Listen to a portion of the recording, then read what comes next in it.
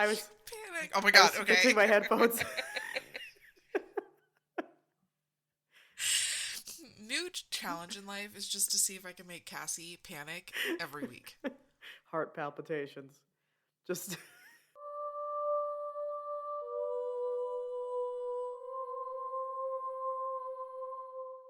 I thought she was ready this time. I thought I was doing it fine. And then I started you counting and she goes, "Oh my god." my headphones I decided were like way too like they were like sitting down here and my ears are like up here. So It wasn't where her ears are meant to be. no, according to my headphones, how they were my ears are on my jawline, so Unacceptable. go figure. Yeah. Anyway, everybody. Welcome back to Oddities. I'm Cassie. I'm Kellie. And you want to take the rest of the way so we can be like a 50-50 here? And welcome back to Strangetown. Do. All of our stuff is linked down below. Please follow us on social media if you want to support the show, which you should because we're having fun over there on Patreon. You can subscribe for just $1. Come on. Come join the party, friends. Dollar bills. Dollar make you holla. That's right. Amazing shout out to our amazing graphic designer, Lindsay Bidwell, who designed all of our new merch and has some great stuff in store for us. We're very excited. Check her out. If you need some work done, hire her. I think that's it. I think you did it. Check. Check. Checkity, We've check. had a week off of recording, y'all. We have. I was in Nashville. How was that? It was a lot of fun.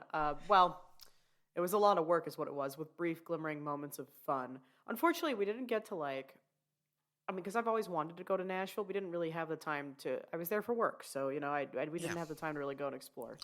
So Corey and I will definitely have to go back. I am ill. Pardon me.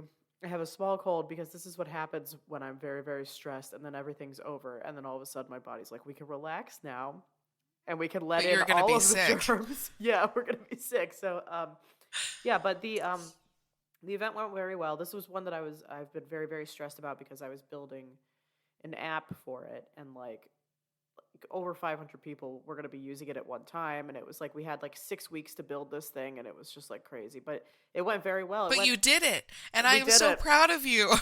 Thank you. We did it. And big shout out to Workhorse Development because they are the dev company I worked with and they're amazing. And, the end. That's really, my parents are here right now, so it's always good to see them. And after we're done recording, we're going to go to this really freaking good Mexican place for lunch.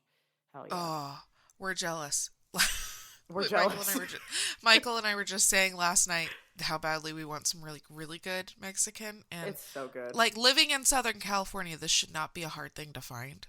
It shouldn't. But for some reason, in our area, it is. And we're, a little perturbed about it. Yeah, it's called Plaza Azteca. It's authentic Mexican. It's really good. I like their birria tacos.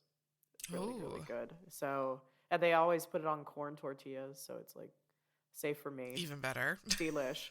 What's going on in your world? What's the latest and greatest? Not a whole lot. Yeah, I don't have a lot going on. I did just start following a page about the paranormal happenings in my hometown. Oh, good. And there's so much more cult activity than I ever knew about. Dude, California seems to be like the cult location. It's either like the deep south or California. I was like, okay, but why my town? I'm confused. And, I'm going to like dip my toes in for a little sneak peek to what's to come. But Poltergeist was filmed in Simi Valley, where I'm from. Mm-hmm. And like a lot of people say that that's like a horribly scary movie. I don't agree. No. The things that happen on that set, though, that's scary. Yeah. That's very scary, which apparently there's a lot of stuff filmed in my hometown. I did know that, but apparently a lot of creepy things happen while filming there. So that's to come, everyone. Wow, dead people, like galore in Simi Valley. I see dead people. That's very exciting. I mean, it's also spookala bookala, but the two tend to go hand in hand for me. Yes. Yes. Exciting and spookala bookala all in one. Well, that's cool. Yeah. How's everything else aside from your hometown being, I don't know, a hotbed for supernatural activity? Yeah. everything seems pretty good. It was weird. It feels like, I mean, it's only been a week, but I don't know why it feels longer than that to me. Yes, this week has been about 75 years long. Right? Which is weird because for me, I don't know if it's the same for you, but like January seems to go on forever. It didn't feel that way this year, and it seems like February feels like it's going forever now. Okay, for me, both January and February have been a combination of 2 minutes long. Like they have just. You've been building an app. Never mind. I have it, but yeah, things have been like extremely. But yeah, I could see, if I didn't have that going on, yeah, I think I'd probably be in the same boat as you. Oh, I do have one funny thing to share when you're done sharing what's going on in your world. Go ahead. Oh, okay. You're gonna love this shit because this is only me. I, flew into Nashville and I called for an Uber to take me to the hotel. My Uber driver, his name was Bernard, by the way. Hi, Bernard, if you're listening. Oh, I love that name. Because I did tell him about this podcast. Of course you did. The entire drive, we discussed conspiracy theories. It was like... Did you give him 5 stars? Please tell me you gave him 5 stars. I gave him 5 stars, and I gave him a 5% tip, I think. Or, no, I gave him a $5 tip. And the drive, just for reference, was only 10 minutes. But you packed it with conspiracies. I was like, damn, Bernard, you know your fucking audience. Like, he saw my I ass hope get in he's the car. Listening. I hope so, too. Hi, Bernard. I hope you're doing well. Hi, Bernard. He was very nice. And he was very patient because, by the way, everybody, if you fly into Nashville, the fucking place where you go get picked up by your Uber is not outside of baggage claim. It's like a million fucking miles away and really confusing to get to. Oh, that's frustrating. Very patient. He waited for me. He guided me over the phone on where to go. Snaps for Bernard. Snaps for Bernard. Yeah. So anyway, seriously, I hope he's listening. Oh my gosh. If you're listening, too. Bernard, please comment on our Instagram, please. Please, please, please. Follow along, Bernard. But I got out of the car when I got to the hotel and I just sat for a minute and I was like, only me. Like this was meant to be. No, no. That's definitely an only Cassie moment. Just conspiracy theories for 10 minutes straight while we need to make Oddities business cards so that when you're talking about us to, Uber drivers, slip them a business card, slip them a QR code. Scan this, give us a listen, subscribe, Bernard. So, anyway. I love this way too much. God bless Bernard. So, anyway, that was, I just had to share that because I know, I knew you would appreciate it, and I also know the Odd fam would appreciate that because, I mean, what are the fucking chances I get into the fucking Uber with somebody who's a conspiracy theorist, extraordinaire? I'm going to bring up what the oldest said because I don't think we've talked about it, and I think it happened after, or as you were getting ready to leave. Probably. So, my oldest comes walking into my room, and he's, looking up, and he's kind of walking funny, and I'm like, dude, what's wrong? And he's like, I'm following the ghost hole. I have a lot of questions here. First of all, child, you've brought a lot of paranormal things to me. I need you to calm it down. Second, what the hell is a ghost hole? What is a ghost hole? Do you have a fucking ghost vortex in your house? And it moves? I have so many questions. And to top it off, you haven't heard this one yet. He had an eye appointment this week and he's talking to his doctor and she's amazing. She always converses with him. And he's like, yeah, I like following the shadow people. What the fuck? And that one threw me off. And I was like, what do you mean, buddy? And so this time he goes, when I rub my eyes really, really hard, I see shadows. Oh, he has floaters. And I was like, oh, that's a normal thing. Oh, Jesus. His doctor and I shared a look. I was just going to say, what did she say? She was as equally as intrigued and wanted to know what he meant. She's like, pray, do tell. And then I feel like she spent a little bit extra longer checking his eyes. Probably a good move. Probably good. But I mean, I'm not upset by that. I do need to know what a ghost hole is. And I do have to share that when Kellie sent me this message, my first response was, I thought he was talking about glory holes. So... Too young to know what that is. So that's where we're at. Anyway. Anyways, now that we're 10 minutes into our lovely banter. We're right on time here, as per usual. Timeliness. Would you like to go first this time? Sure. I mean, I think mine's a little short, okay. But it's definitely interesting. Oh, good. Hit us. So, I'm covering the Blue Fugates today. I don't know what Want that to, like, is. take a guess what that is? Like, what comes to your mind? I'm curious. I figured it might be, like, a weird name for, like, a forest or something, but I think I'm probably way off. It's a family located deep in the Kentucky mountains. Well, should have known, of course. And they have blue skin. Oh, I know a little bit about this. This was not the inspiration for the Smurfs. Smurfs. There was also a blue man in the 5 People You Meet in Heaven, that book. And his was due to, well, let's see if it's due to the same thing. Carry on. I feel like it might be. I think it might be. Mm-hmm. So in 1820, a very unique man named Martin Fugate immigrated to the United States from France. He wanted to settle down for a new life in Troublesome Creek. And by the way, first of all, you will never catch me living. I'm like, I want to live in Troublesome. No. If it has trouble in it, no. Also, Troublesome Creek, first of all, I guarantee they pronounce it Troublesome Crick. Second, it would not exist anywhere except for Kentucky. Tell me that's not the most fucking Kentucky name you've ever fucking heard of. No, it is. It is. Troublesome Crick, Kentucky. Like, and you're not wrong. It probably is Crick. Bing, bing, bing, bing, bing, bing, bing, bing, bing. So carry on. I'm gonna get you a tiny little banjo. I need like the world's smallest. I need like a, you know, just like that. That's what it would sound like. I wish our listeners can see you sometimes. Me too. We'll put it up on a YouTube channel. Let's get it started. In that time, the United States offered free land to people willing to settle down there, so he took advantage of that.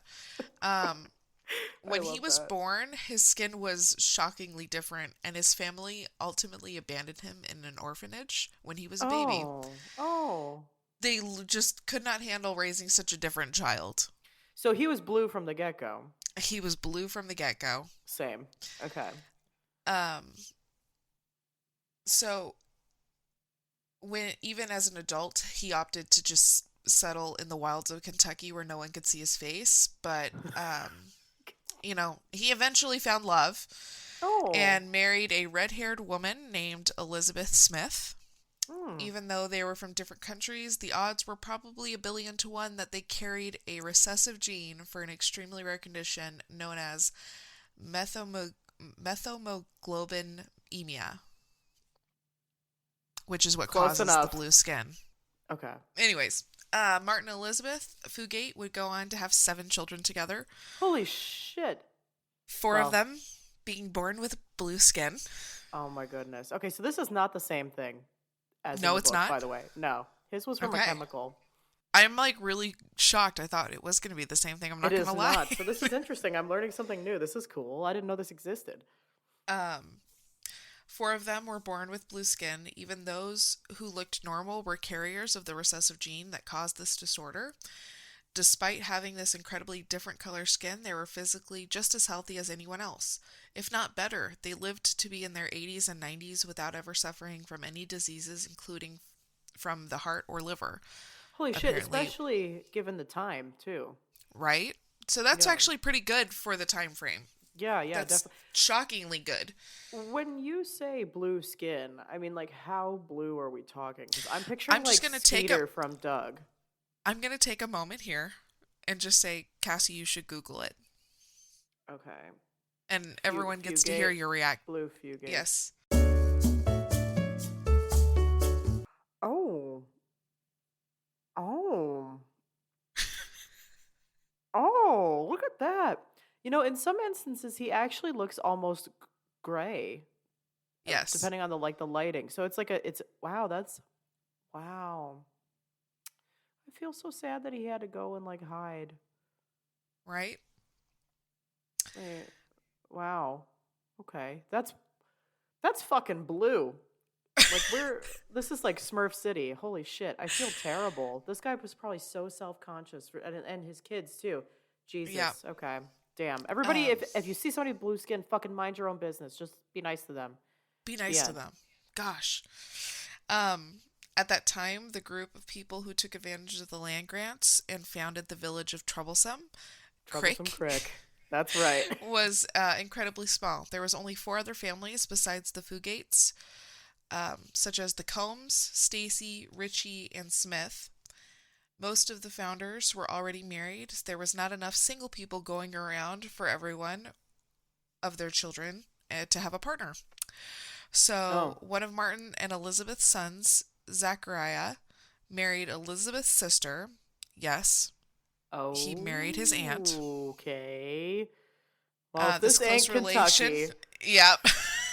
This close relation triggered one of the bloodlines with the highest percentage of this recessive gene.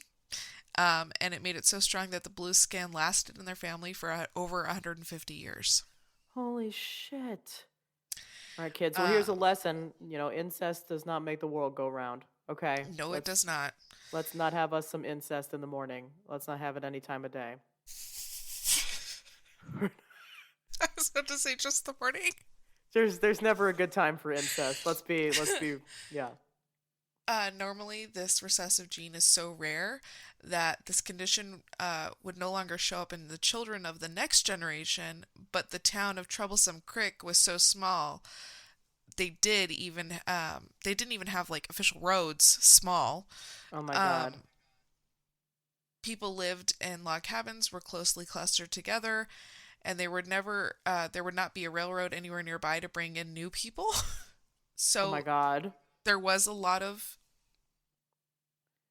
inbred. Big Kentucky energy. Family.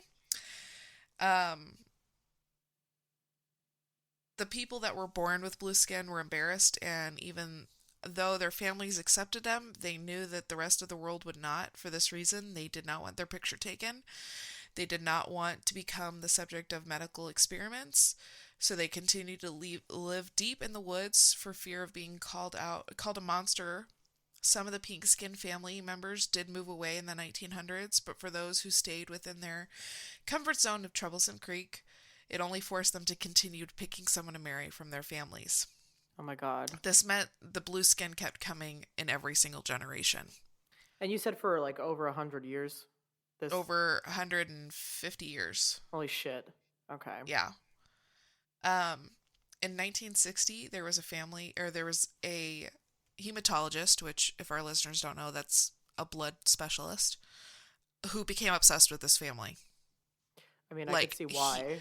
He heard of them and wanted to meet them, wanted to be near them, wanted to run tests, and he moved close to Troublesome Creek knowing that that's where they were. And one day, just ventured into the forest in determination of finding them.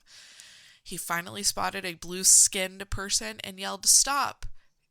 I want to speak to you. Don't run away." So naturally, they ran away. Yeah, what reaction would we expect to that? I mean, really. This was Dr. Martin Cowan. He ultimately earned the trust of the family, and he did publish this case in the medical journal. This caused more curiosities to the family. So eventually, they were not living peacefully. Okay. That sucks. There has not been a case of blue skin people since the 1900s. Globally? Globally. Or nothing that has been documented. Okay, specifically. But so this is incredibly rare, unless you go ahead and inbreed with your town of 5 people. Got it. You just don't do that, guys. Just don't do that. Dr. Cowan ran blood tests which confirmed that the Fugates were also missing the same enzyme. So he created a substance called methane blue, and family members agreed to allow him to inject them with it, and the doctor called this electron donor, which carried the oxygen to the blood that they were missing, and for the first time in their lives, the siblings began to turn more of a normal shade of pink. Interesting. So there was like a cure for them. And one of the photos that I see, they have like a pink skinned next to their skin looks a little bit more gray at that point. Okay. And a little bit like at this point you can go out and not be stared at. Okay. So and very not be faint. like, yes. Okay. Several of the Fugate family members were interviewed in a medical book called The Traits and the Fates, and all of them eventually came to accept the color of their skin to the point where it was normal. Most of them shrugged it off, saying it's common, it's nothing, at least to their family, it was to be expected, and they still loved and accepted each other. To them, all that mattered was that everyone in their clan lived a long and happy life, which they all did. Well, yeah. They all have lived a very normal, normal. Let's get into that. Normal for how much inbred, there's not a nice word, but it's for as much incest as there was with this. Yeah. I'm surprised that there wasn't any more medical issues. Yeah, I'm surprised too. Incest aside, I'm surprised that having some sort of like crazy genetic thing like this, that it didn't inherently come with like greater risk for certain illnesses. Yes. And then you throw incest into the mix and it's like, how, question mark, period, the end. Yes. So, yeah. Yep. So that's the Blue Fugates. And if Holy you're shit. interested and if you're intrigued, please Google them. I mean, it is very interesting. What a ride. To say the least. I've known about this family for a long time. It floats around social media every so often. You know, you'll see a random little thumbnail and then you get intrigued and you got to watch it. Of course. And that's always me. And that's you. I'm a sucker crazy. for a good thumbnail. So there you have it. The Blue Fugates of Troublesome Creek, Kentucky. That was a really cool finding. I actually didn't know that existed at all. And so now I've learned something new today. Thank you. You're welcome. I'm happy to educate. I'm also sorry to anybody from Kentucky that's listening to this. I shit all over your state for the majority of this, and I'm sorry. You're not all incest. But let's admit that there's probably a fraction of you. I mean, there are a fraction of you. The Blue Fugates live there, so... Yeah. There is a fraction. There's a fraction of you. Totally different arena for me. Mine's potentially ghosties, potentially not, potentially a big farce, we'll say. I'm covering the Dodleston messages. When I was a kid, I couldn't say message, and my cousin Kate, not cousin Caitlin, but I also have a cousin Kate, who had me record like a voicemail for her. And all I said was, don't be a noodlehead, leave a mechachges. So anyway, today we're covering the Dodleston mechachges.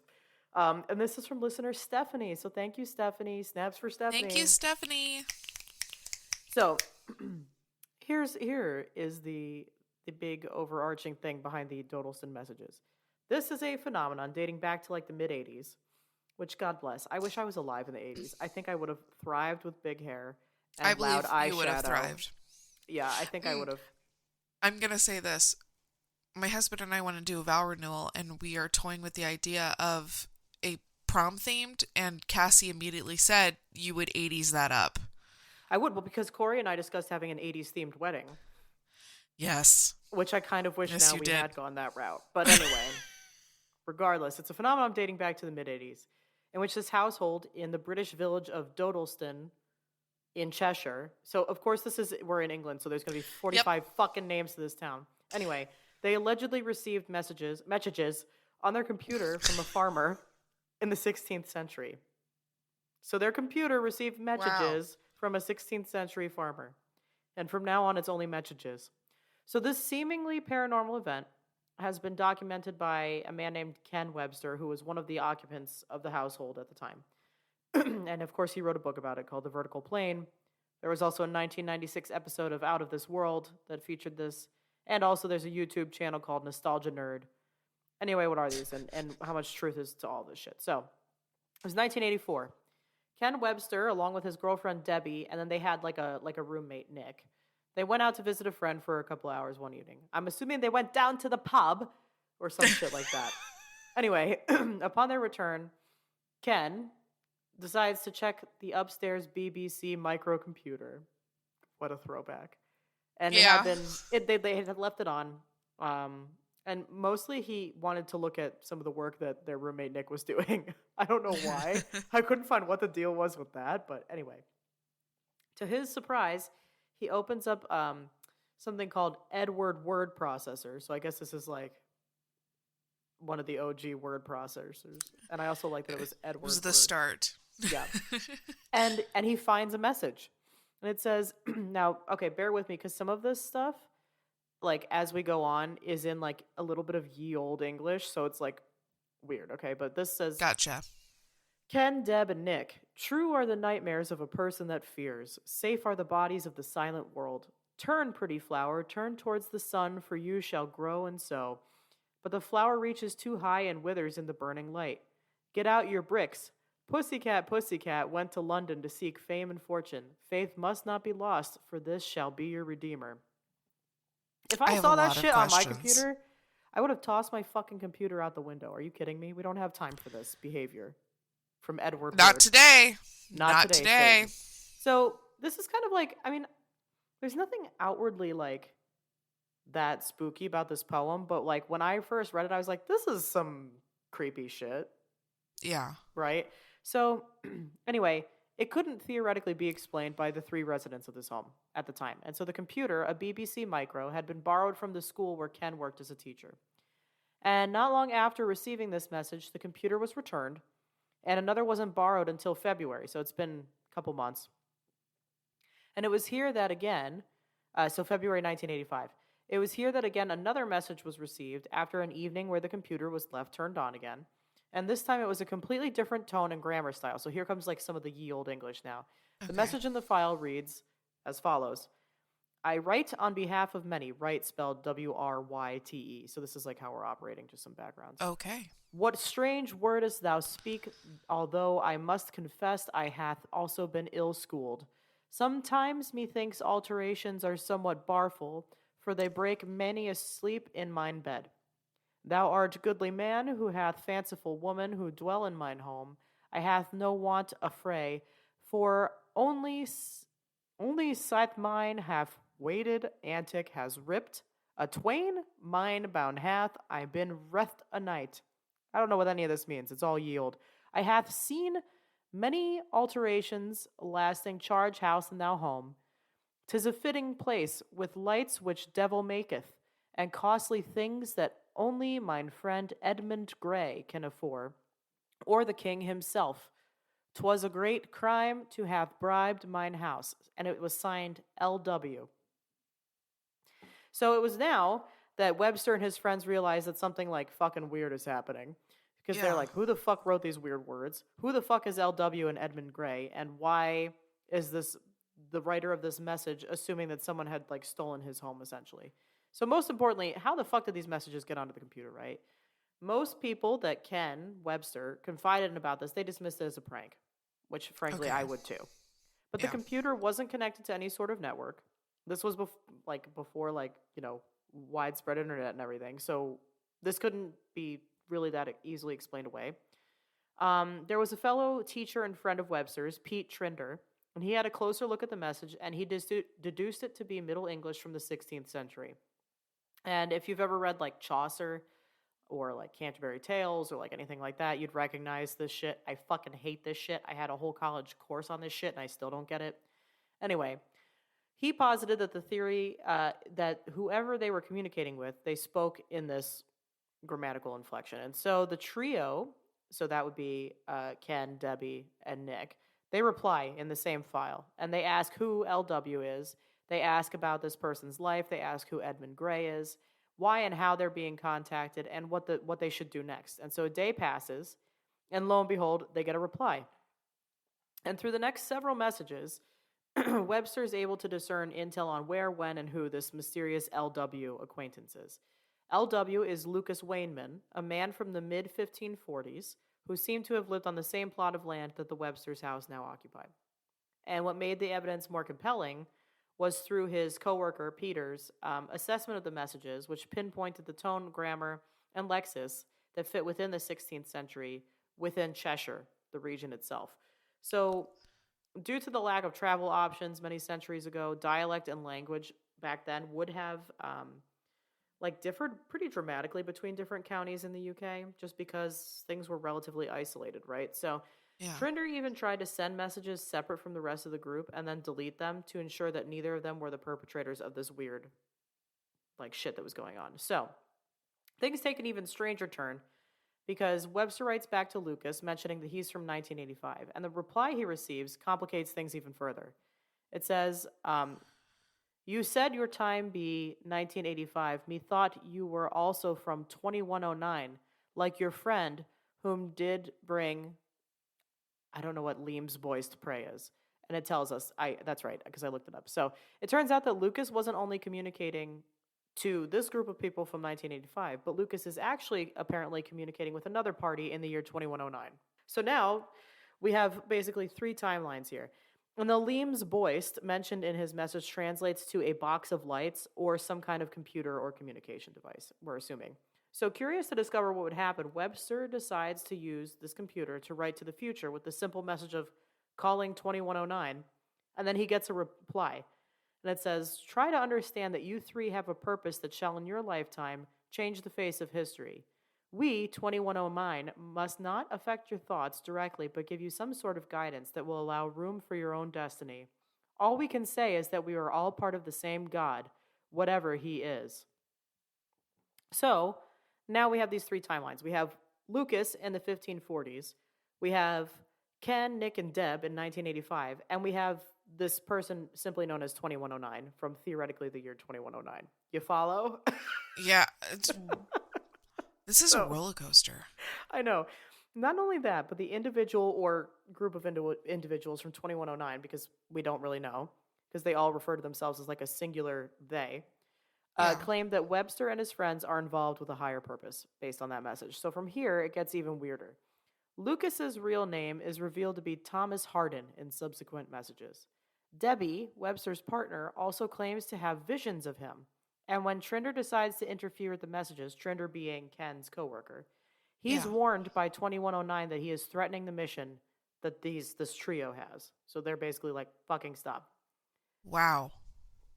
So, and that's kind of like it. So like there are a few theories behind this. I'm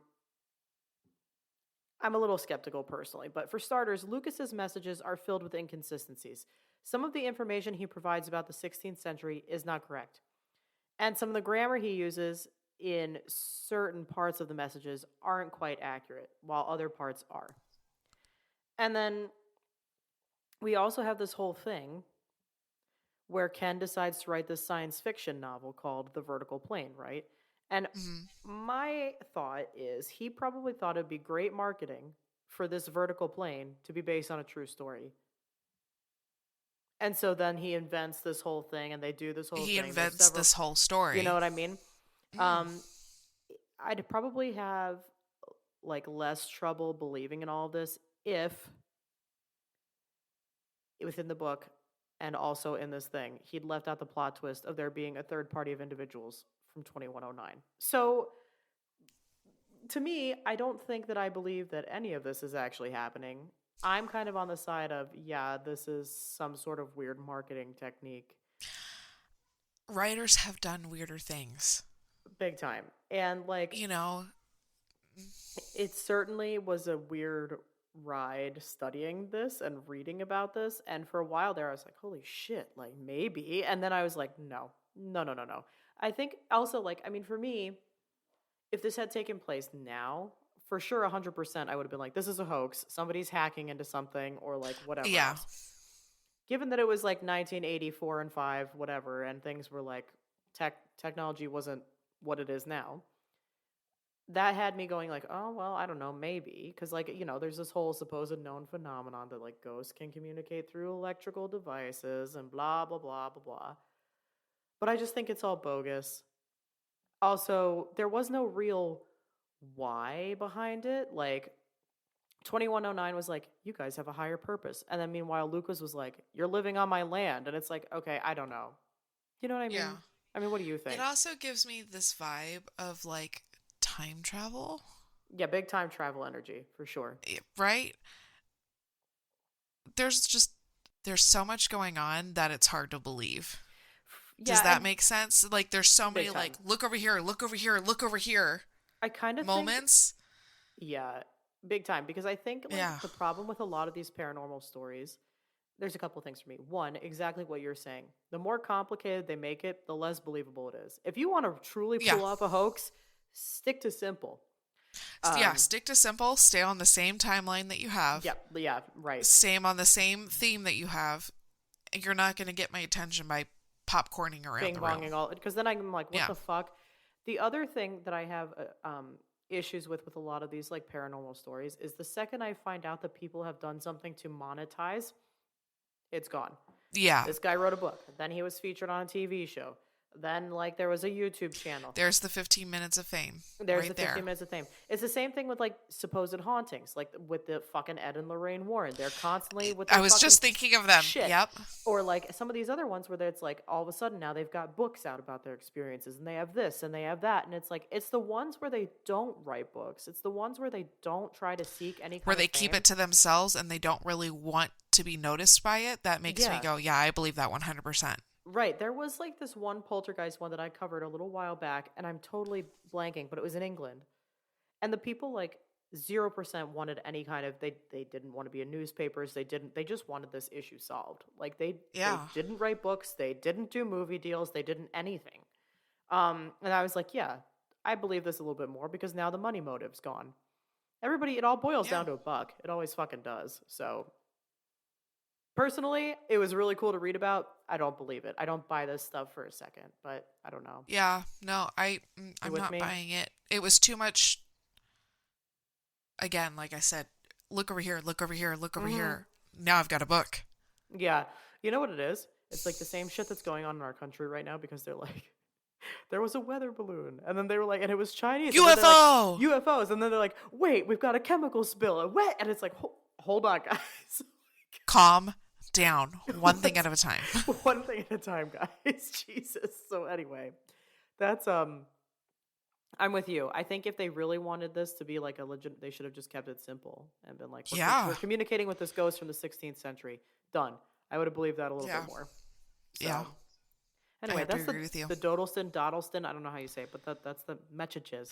All I think of is dodo bird. The dodo bird mechachges. Everybody. There you go. So anyway, thank you again, Stephanie. It was a lot of fun to read about, but personally, I am on the edge of I don't buy this. Really. Yeah. Because they didn't also bring in any outside sources really to test this thing. They were like, oh, and we had my coworker take a look at it. It's like, okay, but you guys are known to be friends. And it's like, oh, me and my they would be on board with it. Like, you know what I mean? Yeah. So I don't know. Anyway, that's the Dodleston messages. Let us know what you think. I mean, have you heard about this? Have you heard about either of the things that we talked about today? Yeah. This was a wild fucking episode. This was fun. This was fun. Yeah, I've got nothing else. If you start getting, 16th century messages on your computer, chances are somebody's hacked you. So just remember that and check all your shit. And if your skin turns blue, it should already go be get blue checked because out. It's a genetic disorder. And so that's it. Yep. And until next time, stay strange.